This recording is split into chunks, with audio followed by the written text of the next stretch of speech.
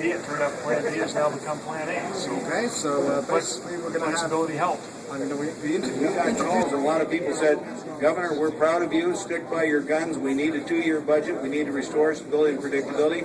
I think they need to call these Democratic senators and tell them they need to get back here and do their job.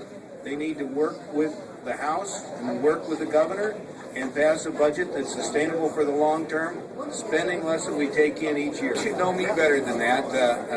I think that I've made it pretty clear where I stand, and there's no question that we're always willing to negotiate in good faith. I guess what I find disturbing is we have put together a proposal, and we've shared that with them.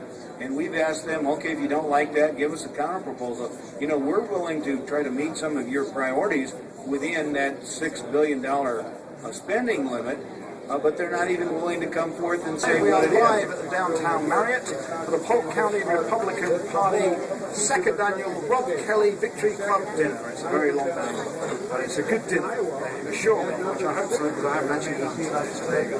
And sitting at the table right now is Lieutenant Governor Kim Reynolds. Kim, thank you very much for stopping by. Thank you, Simon. It's a pleasure to be here. And you have been very busy traveling all over the state the last few days. We have. We spent the last 2 days in northeast Iowa. It's been a great trip. We've visited 4 or 5 different counties, 7 communities.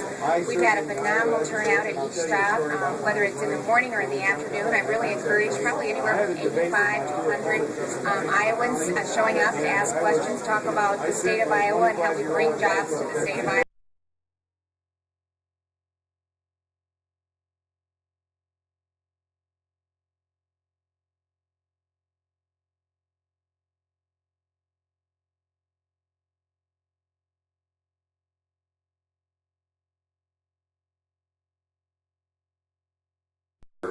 But the Iowa Constitution, under Article 1, Section 2, starts with all political power is inherent in the people. It is the people that last election that sent the message that you're fed up with the federal and state government usurping not just your tax dollars, but your responsibility, your power, and your rights to exercise your life as you see fit. And I'm here to tell you today, as I'll call it an employee review, that we heard you loud and clear.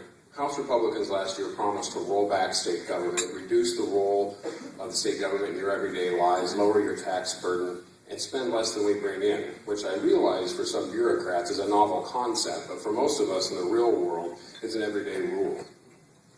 When we entered session this year, we wasted no time. The first bill off the floor was House File 45, which is inevitably a wish list of conservative ideology. Were required state employees, including the elected officials taking the votes, to pay a mere $100 per month for their health care. It also accounted for $500 million in savings over the next 3 years. And as Simon alluded to earlier, it fell at the hands, or the feet, I should say, of Senator Gronstal.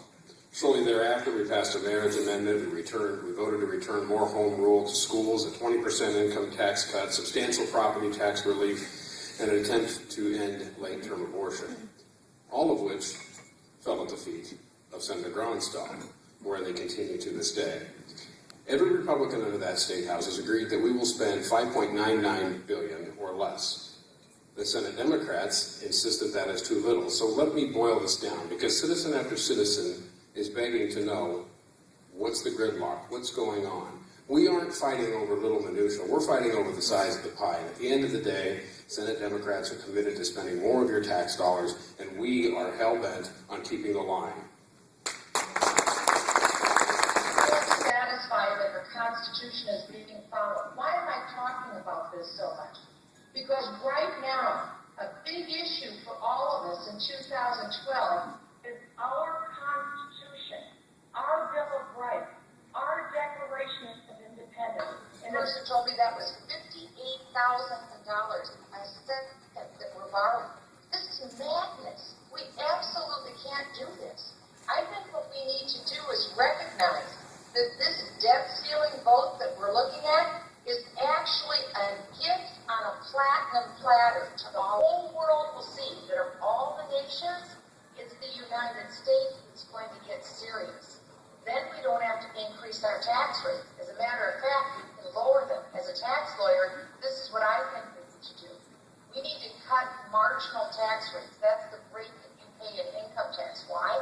Only 53% of Americans now are paying any taxes at all.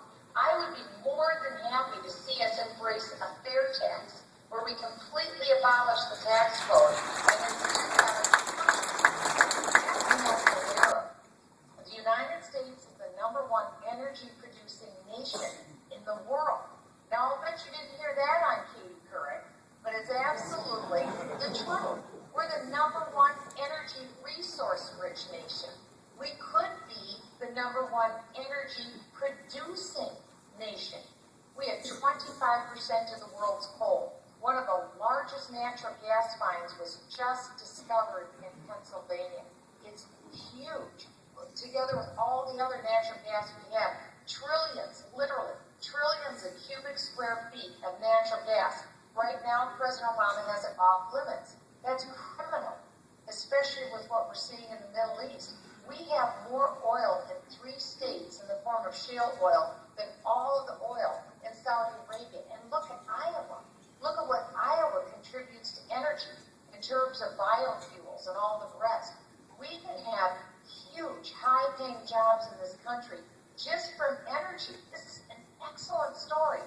We bring down the price of gas at the pump, like it was when Barack Obama took office, when gasoline was $1.83 a gallon the day he took office. We can do it again. People say, oh, Michelle, gasoline will forever be $4 a gallon. Are you kidding me? We can bring this down and we can turn the economy around and we can do it in a quarter. All we're missing, we've got the smartest people, we've got the best innovators, we've got risk takers, we've got capital, we've got infrastructure. God has given us every natural resource we can imagine. All we're lacking is the political will. That's why we need to put someone in office who has guts. In 2012, is someone who's willing to see it through and be persistent. Because one thing I want to promise you, I am not going to rest until we repeal Obamacare. And mark my words, we will repeal Obamacare. Law school, we actually were told, and we read in our textbooks, that the 9th Amendment and 10th Amendment were dead amendments. I'm not kidding. That's what we were taught, that they were dead amendments. I read the amendments. They didn't look dead to me. They looked like they just weren't being enforced. Have a great night. Bye-bye. Thank you, Congresswoman. Thank you very much.